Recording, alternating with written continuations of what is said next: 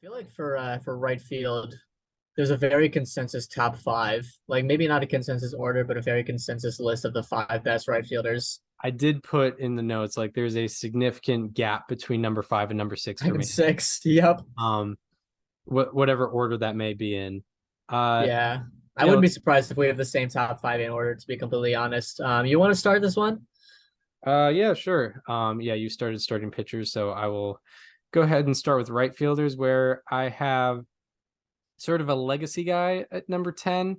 Not the greatest year last year, but just he's due to sort of bounce back, even though he's a little bit on the older side. I'm talking about George Springer.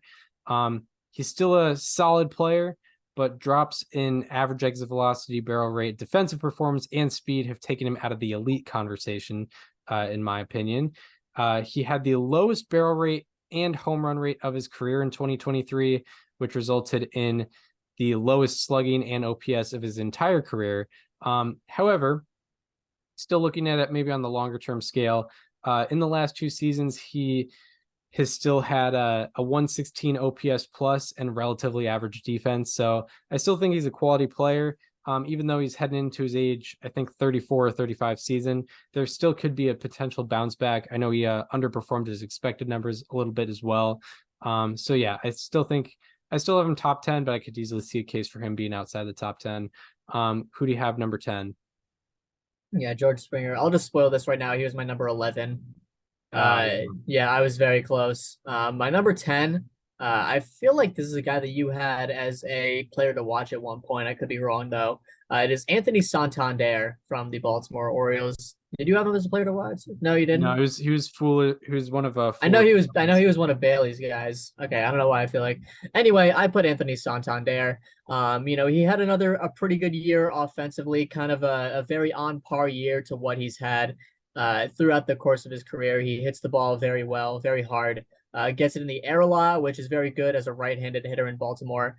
He had a 32% fly ball rate last year as a left-handed hitter for the Orioles. The only reason I didn't put him little higher on this list is because his line drive rate dropped from 23% to 19.6%. I feel like that did kind of make a big difference there because the others went to ground balls with his 33%, 33rd percentile sprint speed, excuse me. Um, he's always been he's kind of been a very consistent bat for the Orioles over the last couple of years. He had an OPS just below 800 in 2023. Very good power. Not the greatest at strikeout to walk ratio, but he's like somewhat close to major league average, I would say, on that front. Fielding, he's been meh in right field, but he's been a very good offensive bat. I think he takes advantage of that right field wall in Baltimore very well, and I have him scraping this list at number 10. Right, right. I think maybe where you may have heard me talking about him extensively was where we both had him was the all MLB underrated team. That's where you had him. Yep. Yeah. Um, yeah, he was in both of our outfields. And before I get to number 9, something I probably should have said earlier is like when we're doing these rankings, we're projecting for next season. So a lot of what we talk about are going to be underlying numbers as opposed to on the surface stats. So we're going to be talking a lot about strikeout to walk rate or strikeout and walk rates, chase rate, walk rate, um, average exit velocity, barrel rate, sweet spot rate, expected statistics, and for pitchers like FIP, we're going to use that more than like on the surface numbers, which is average on base percentage, slugging, OPS, ERA, and that's just because it's generally a better predictor of what the next season is going to bring than those on the surface numbers. For example, like Paul Goldschmidt last year. So in 2022, he dramatically outperformed his expected numbers in 2022.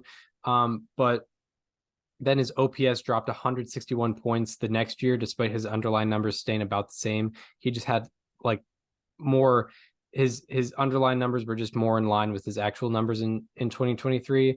And then like Jeff McNeil and Andres Jimenez also had much worse offensive years last year after greatly outperforming their expected numbers in 2022.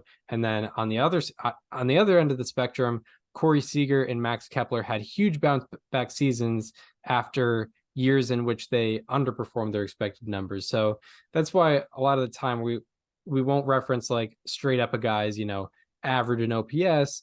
We'll just talk about like, oh, their strikeout and walk numbers were better last year, or they hit the ball harder, or they had more barrels, because that's what's going to translate more than, the on the surface numbers. So that's why we kind of reference a lot of the numbers that we do. But that transitions into my number 9 right fielder, who is Max Kepler, one of those guys who had a bounce back year. His slugging jumped 136 points last year. His OPS jumped 150 points last year. Also had a 2.8 mile per hour jump in average exit velocity and 5.1 percentage point jump in barrel rate. And in 2023, he was 75th percentile or better in chase rate, whiff rate, barrel rate, hard hit rate, average exit velocity, expected batting average, expected slugging, expected WOBA, and outs above average, while having an above average sweet spot and line drive rate. So he was all red everywhere on the baseball savant spectrum, whether it was offensively or defensively. So I love what Max Kepler brought to the table. I think the only thing that's preventing me from ranking him higher is like base running numbers. He's not as up to par as some of the guys I have above him. And also he's a little older than some of the guys I have directly above him. But what do you have? Who do you have as your number 9?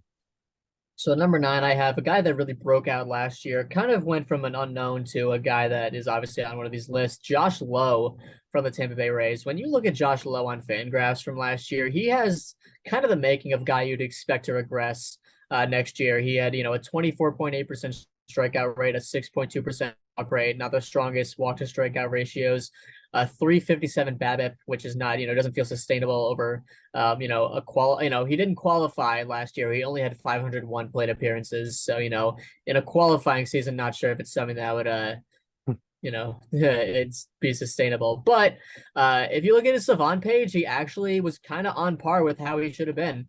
He hit 292 last year. His expected batting average was 276. He slugged 500 last year. His expected slugging was 480. And, mind you, this is with strikeout and walk rates considered, because, a strikeout is automatically a 0 on the X batting average and the X slug. And he did it quite a lot last year, but the expected numbers still suggested he was very good. I think that kind of speaks to his batted ball profile.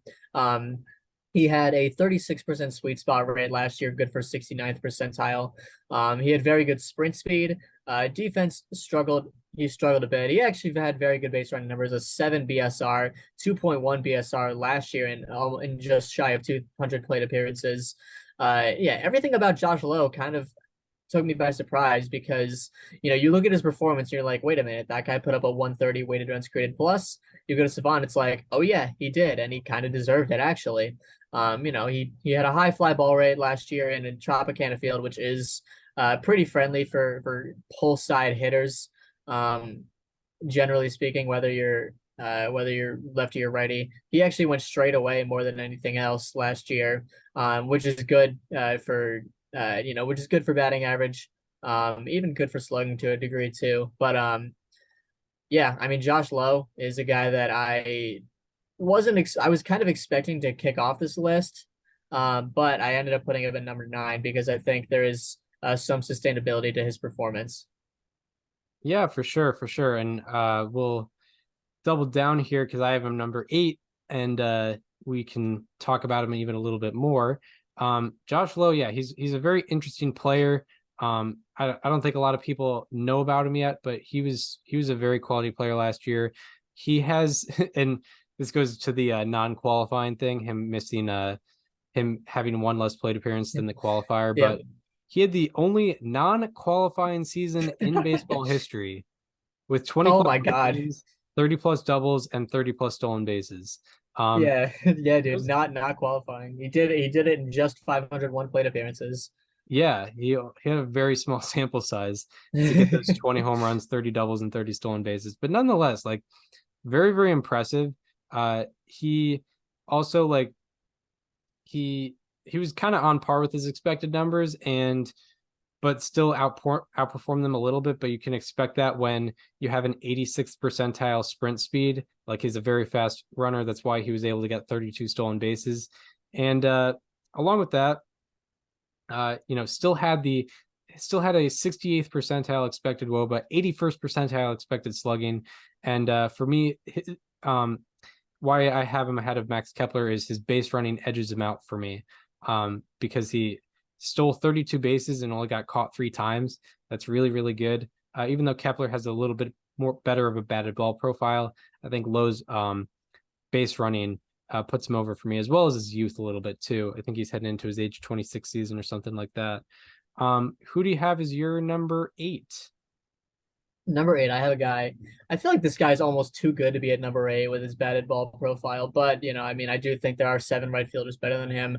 I have Seiya Suzuki from the Chicago Cubs in my number 8 spot. If you look at his batted ball profile from last year, it's kind of hard to find any flaws. He first of all, he has a 28% career line drive rate between 2022 and 2023. The major league average is around 25%. So 25 to 28 might not seem like a crazy difference, but over a large sample size, it actually is.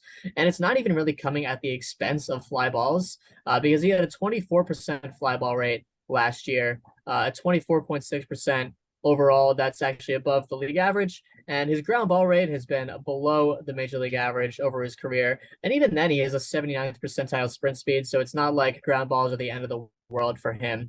But he has a 36% sweet spot rate, like Low, I previously mentioned, a 48% hard hit rate last year. Very good expected batting average, very good expected slugging. He had a 91.4% average exit velocity, a 10% walk rate, 72% whiff rate, a 91st percentile chase rate. The only thing he did not greatly was that he struck out 22% of the time, which is around the major league average, but it's pretty forgivable when you do everything else to that extent. Defense and base running on Fangraphs were a bit of a struggle for him. But I think his offense is very good. I think he has potential to do even better next year with all of that.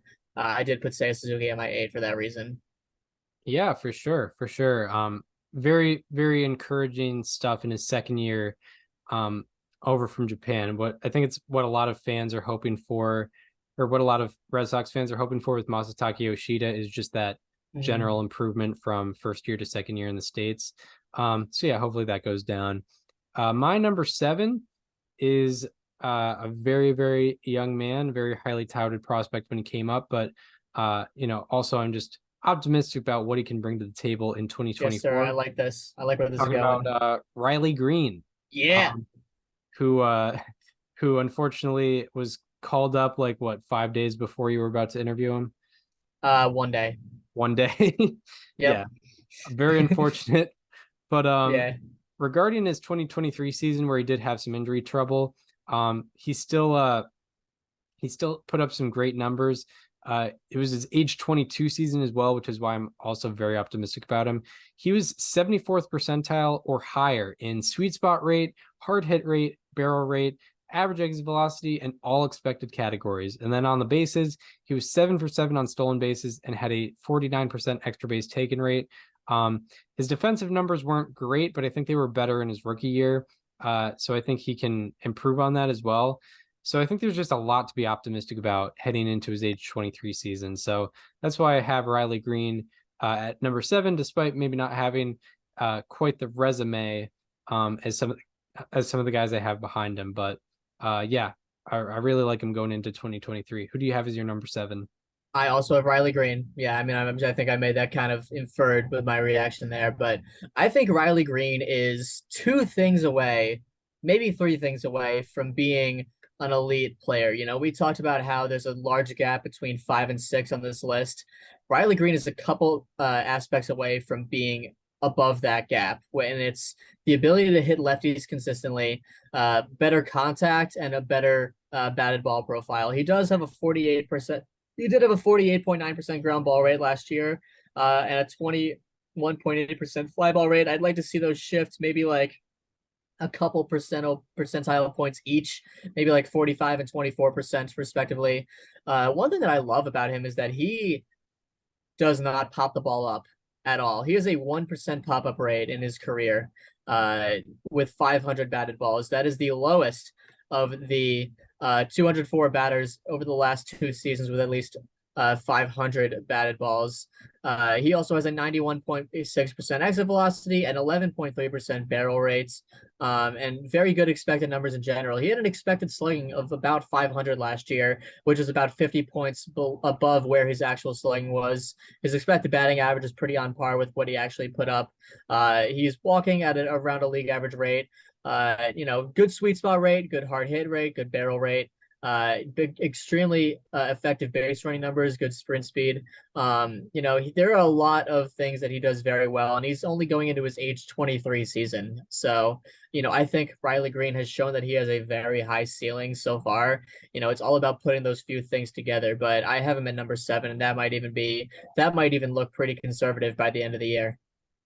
Yeah, for sure, for sure. I mean, when he came up, he was a number 2 prospect in baseball, so obviously a lot of upside. Also, I think he was number 5 overall pick when he was drafted. Yes. So yeah, obviously a lot of upside with him. And yeah, with his ground ball rate, like even with the 49% ground ball rate, he's still at a very good sweet spot rate, which really speaks to how good he is at avoiding pop-ups. Because normally, like if you have a 49% ground ball rate, you're not gonna have a good sweet spot rate. And yeah, the sweet spot rate, by the way, that's important because it's mostly line drives and low fly balls, and they result in usually around a 600 batting average and 1100 slugging percentage for hitters. So it's good to avoid that if you're a pitcher, and it's good to get that if you're a hitter. And my number 6 is someone you previously talked about. Very good batted ball profile. I'm talking about Seiya Suzuki. He basically improved every part of his game in 2023. He had a 1.8 mile per hour jump in average exit velocity. His overall slugging percentage jumped 52 points. He has very, very good chase and walk numbers. And he had similar expected numbers to Riley Green, but in a bigger sample size. So I kind of trust those numbers a little bit more than I do with Green. Although Green is younger and has more upside, I still think Seiya Suzuki is the better right fielder, but still very, very close. And yeah, just like it's all right across the board for Seiya Suzuki. The only thing he's down on is like arm value for fielding, and even then it's like not that crazy of a deal. But yeah, I'm I think we're both pretty optimistic on what Suzuki brought to the table last year. Yeah. Who's your number 6? So for my number 6, I'm going with a guy that you mentioned earlier, and I know was one of your players to watch in the past. It is Max Kepler, from the Twins.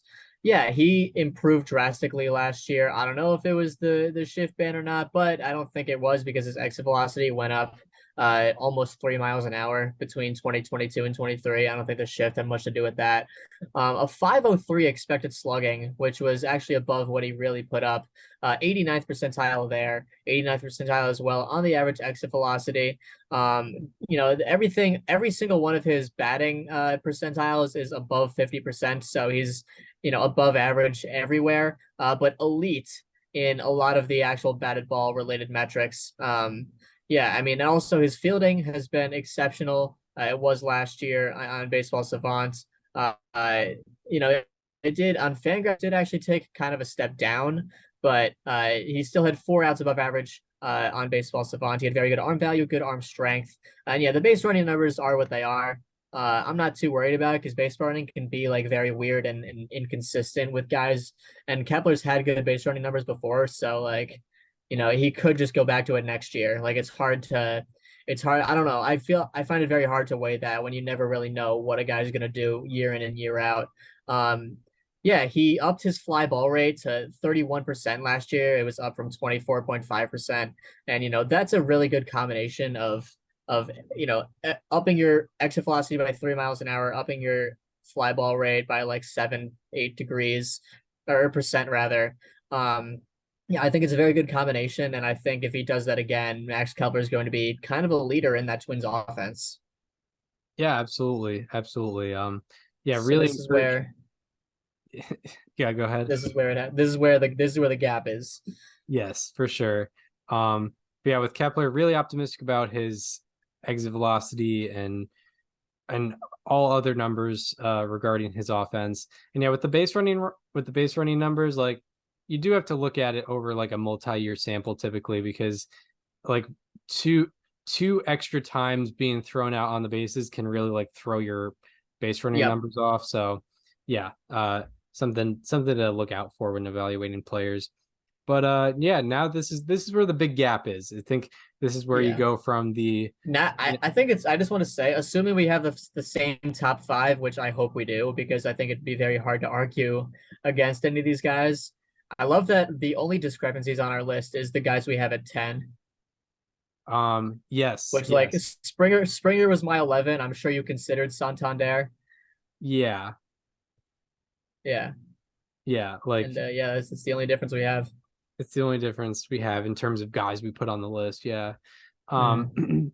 but yeah, this is where the gap is created, because this is where we go from the guys who are like, oh, they made some improvements last year, like they're pretty good. I think I'm excited for what they are, to the top five where it's like, oh, these guys are really, really good. And my number five is Adolis Garcia. He he had a pretty excellent season last year in which he had 39 home runs, obviously, like very, very encouraging. Had a very encouraging drop in chase rate last year. Also, a very good increase in fly ball rate and barrel rate. And he had an 836 OPS with +8 fielding run value. Along with that, he had a great arm value as well, like just throwing guys out, really impactful arm. And then at the plate, in terms of just the underlying numbers, he was 90th percentile or better in hard hit rate, barrel rate, average exit velocity, expected slugging, and expected WOBA. And then on the bases, he has a 59% he has a 59% extra base taken rate in the last 2 years, which is really, really, really, really good. The league average extra base taken rate was 42% last year. He's 17 points above that, which is really good. And then also, he's been pretty healthy over the last 3 years. He's played 145 or more games in each of the last 3 years, so he hasn't been someone to worry about as taking on and off the injured list. So yeah, Adolis Garcia is my number five. Who do you have at number five? Yeah, I mean, you absolutely nailed it. Not just with the ranking, but with the analysis. Yeah, I think Adolis Garcia's at 5 is probably the biggest lock on this grid on this list. You know, he's far and away better than everyone above him. But you know, the top four are really tough to beat. I have him at number 5 as well. There are so many things that I loved about Adolis Garcia this year, and it's mostly these steps forward that he took from his 2021 rookie breakout, where you know he was hitting the ball well and getting some good results, but there was some clear underlying issues. You know, he had an 8th percentile sweet spot rate, a 6th percentile chase rate, a 6th percentile whiff rate, a 5th percentile strikeout rate, and a 6th percentile walk rate. The thing that sticks out to me the most is that between 2021 and 2023, his walk rate went from 5.1% to 10.3%. It more than doubled. It basically exactly doubled. And not only that, but the batted ball metrics are still there. He's hitting the ball hard. He's hitting it in the air. Like you mentioned, the increase in fly ball rate from 25% to 36%. The decrease in ground ball rate from 41% to 37.8%. He's pulling the ball a lot more, which, you know, for a guy with his power that's hitting that many fly balls, that's huge. He's pulling the ball 39% of the time, which is something he's always done. But he's upped his sweet spot rate to 36%. He upped it from 29% in 2021. Yeah, I mean, he did everything very well last year. He plays good defense. He has a strong arm. He runs the bases very well. And he led the Rangers to a World Series. And he also was kind of the vocal or the on-field vocal leader for that team, you know, with the Astros stuff and, you know, the walk-off home run. Like he did it all for them. Yeah, ALCS MVP. Who could forget that performance? So now we move on to my number four, where I don't know, it could get a little bit squirrely, but you just don't know what he's going to bring to the table offensively, considering what he did in both 2021 and then eventually 2023. But talking about Fernando Tatis Jr., who is easily the best defender in this group. He had a 12 or 13 fielding run value according to StatCast, and way more defensive runs saved as well, which is judged on like the same kind of scale. But yeah, Fernando Tatis Jr. was just turned into the best defensive right fielder in the game, seemingly. He's also one of the best base runners in this group, and he's still a very, very good hitter, which is why, I have him top 5, despite him having a 771 OPS last year. He had very good exit velocity and barrel rate numbers in 2023. It was just a matter of like where he was putting the ball. It was very, very odd. He just needs to pull the ball more, especially when he's hitting fly balls. Only 27% of the barrels he hit last year were pulled, as opposed to 44% in 2021, which was the difference between him having 42 home runs in 2021 instead of 25 home runs last year. So I think if he just pulls more barrels, he's going to have better luck in the home run to fly ball ratio category, and that could make him that could get him ahead of guys, the guys that I have ahead of him. But for now, considering that sort of regression he had offensively, I can comfortably put him behind them. But I mean, just defensively, on the bases, and offense, he's really the whole package, and that's why I have him number 4. Yeah.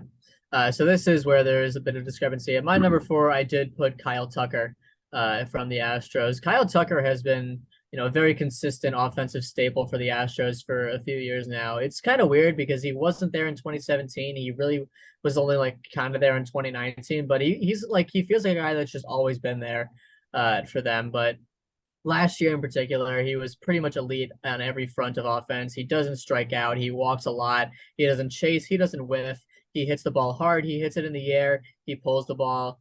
He does basically everything you could ever ask a hitter to do. And as a lefty, I think he takes advantage of that short right field wall. Unfortunately, he didn't hit exactly 30 home runs this year like he did in 2021 and 2022. He only hit 29, but he made up for it by stealing 30 bases for the first time last season. The reason I put him at number 4 was because he regressed quite heavily on defense. Last year, he went from 89th percentile OAA, 5 OAA to -6 OAA last year, 9th percentile. And on Fangraphs, they agreed he went from 2.6 defensive runs of average to -12.3. So it was a bit of a tough decision to make between him and Tatis, but and I'll get to Tatis later. But I mean, Tucker is he's right there as well.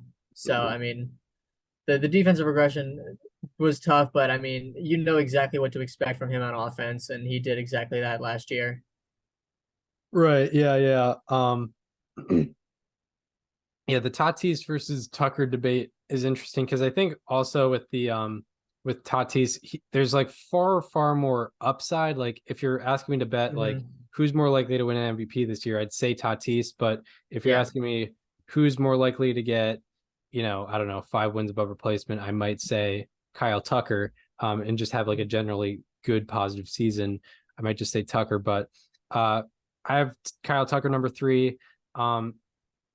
He just adding to the offensive excellence. He was great. He's just great on all fronts offensively, whether it's strikeout rate, walk rate, batted ball numbers. He's just been great, and that's resulted in him having a 139 OPS plus over the last 3 years. Also, over the last 3 years, he's averaging 30 home runs, 34 doubles, and 23 stolen bases per year with a 51% extra base taken rate. And defensively, he regressed a lot last year, but I think what I'm banking on is that it's an outline season and not necessarily a trend, because over the last 3 years, he's averaged -1 fielding run value, which is fairly neutral. So I think that's going to sort of even out because, as we know, single year defensive evaluations can get a little bit squirrely. So I'm kind of banking on him to just bounce back to like whatever an average fielder or whatever he was, because I don't think he's necessarily the 5 outs above average that he was in 2022, but also I don't think he's the -6 outs above average that he was in 2023. And then as far going back to his offense, the expected numbers are also good and even better than his actual numbers, which are also really good. He was 93rd percentile or better in all expected categories last year. So Kyle Tucker, I mean, one of the best, sort of under the radar, one of the best hitters in baseball, and just is really, really consistent. And then defensively, yeah, not great last year, but I'm curious to see if that's a trend or if that's more just an outline season. I'm kind of banking more on the outline season thought. But I guess, yeah, now on to your number three here. Yeah, at number three, this is where I put Fernando Tatis Jr. You mentioned the upside and the potential, like more likely to win MVP, and that is kind of what led me to put him in the three spot here. He's only going into his age 25 season, and I think it kind of speaks volume to his talent that he kind of just walked into the outfield last year for the first time in his major league career and was like maybe the best defensive outfielder in baseball. Like it's just an absurd thing, and I don't think anyone was ever accounting for that scenario. When you hear, oh God, this guy is doing a positional change, that's not good. You never really see it where it's like not only do they handle themselves, but they're actually elite at it. And Tatis's down year was a 49% hard hit rate. It was a 91.9% mile per hour exit velocity, excuse me. Um, Something that really amazes me for a guy that was facing major league pitching for the first time in about a year and a half, his strikeout rate went down by almost 6% between 2021 and 23. I think that's a very good sign. I mean, you think the timing is kind of going to be the struggle, and you can, like you mentioned, it kind of was with his barrels, but I still think that everything will come together for him. He's just way too talented to not to fizzle out like that. Um, I think he's going to, I think a lot of people have had this take before, but I think a lot of people have compared 2023 Fernando Tatis Jr. to 2022 Ronald Acuna Jr., where he, came back from an injury, and then, sort of struggled, like had, showed the flashes of his potential, but still, kind of struggled from time to time, and then came back the next year and won MVP. Tatis did a lot of things a lot better than he had done pre-injury slash suspension in 2023. And I think, there's potential for him to bring it all together in 2024. And that's what I'm kind of rooting for here. Yeah, absolutely. Or not Like, rooting for it, but that's what I'm banking on, I guess. yeah. With that's kind of the reason why you're putting him above some of the other guys. And yeah, like yeah, with Tatis Jr., yeah, it seemed like last year was more of a like he was sort of finding his footing again. Like he regressed a little bit on the hard hit ball and like and The ground ball barrel rate rate. fronts, but still like very good. And I see those going back up. And yeah, part of his problem was just like he was, and part of why his expected numbers were a lot higher than his actual numbers was because he was just hitting those hard hit balls in the wrong places, like hitting really hard fly balls, but not to the parts of the ballpark that would give him a home run. I'm trying to see where his BABIP was, because I think It was 299, which is yeah. far below his career average as a faster guy. But I think he's just got to pull the ball a little bit more, and that could really make a difference for him. So yeah, now on to number two. This is where I'm going to go with Juan Soto. He is obviously, and he's been a left fielder the last couple of years, but Fangraphs has him projected as a right fielder. I think Verdugo is going to be playing left for the Yankees. But yeah, I mean, with Juan Soto, I'm not going to say anything that hasn't been said about him already. He's obviously consistently at a very high level at the plate. He has a 140 OPS plus or better in every single year of his career, which has been 6 years so far. He's played 150 games in each of the last 3 years, so health has never been a concern with Juan Soto, really. But as far as why I wouldn't put him number one, bad defense and bad base running takes him out of that conversation for me. He has the 7th lowest defensive runs above average in baseball over the last 2 years. But obviously, he's a top 10 hitter in baseball. A lot of people would put him top 5, but still, and some people would say like potentially even best hitter in baseball, considering how consistent he's been, how great those strikeout walk numbers are, how great that quality contact is. He's great offensively. But the guy I have above him has better defense and base running, and arguably was a better hitter last year as well. So Yeah. Who do you have as your number two? I also have Juan Soto in my two. I won't get into any of the things that you didn't already mention or that you already mentioned with the defensive base running. I want to talk about, well, first of all, I mean, we know why he's number two. Uh he's the best on base percentage guy in baseball. He hits the ball incredibly hard. He doesn't strike out very often. He's very good at plate discipline. He doesn't chase all that stuff, I really want him to have a better batted ball profile. I'm begging for like a 45% ground ball rate in a season. He's been above 50 in each of the last four seasons outside of 2022, which was ironically his worst season. Uh, but I really, really need to see like a 45% ground ball rate, like a 25 to 27% fly ball rate, and then like a 21 to 22% line drive rate. Like I really want to see it. I don't want to see another line drive rate below 20%. I don't want to see another ground ball rate around 50%. I feel like the Juan Soto's maximum potential is lifting the ball a lot more. I hope that Yankee Stadium kind of incentivizes him to do that a little more because he's going to have that short porch out there. He's a guy that if he lifts the ball more with that stadium, he could hit 50 home runs easily. He could easily hit 50 home runs. And he could probably throw up like a 430 plus on base percentage in a year. There's so much potential there. I so desperately want to see it come out in full.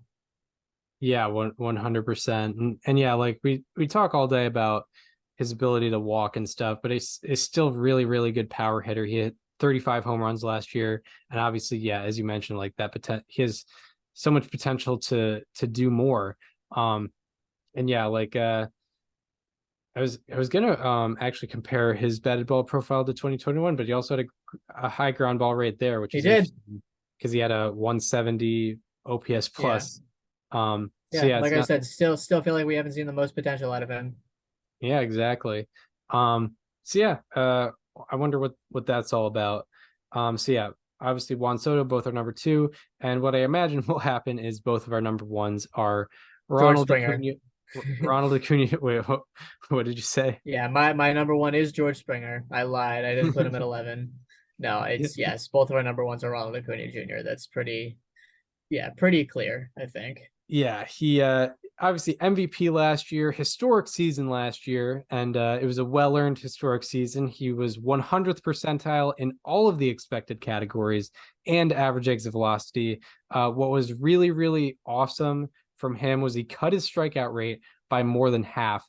He had an 11% strikeout rate, which is ridiculous Yeah. considering how hard he hits the ball and how talented he is in all their aspects. On the bases, he is averaging 51 stolen bases and a 62% extra base taken rate in the last 2 years.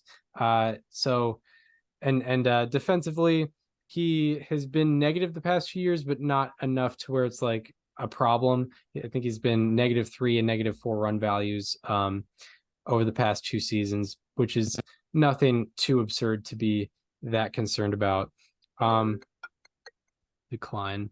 But yeah, what is who do you have for what do you have for Ronald Acuna Jr.? I mean, yeah, there's not it feels like a broken record, I mean, what more is there to say? It kind of goes without saying almost. He put it all together this year. I mean, he averaged a hard hit ball for his exit velocity 94.7% or 94% of miles an hour. Yeah, you mentioned cutting the strikeout rate, also keeping his walk rate close to 11%. He almost walked more than he struck out.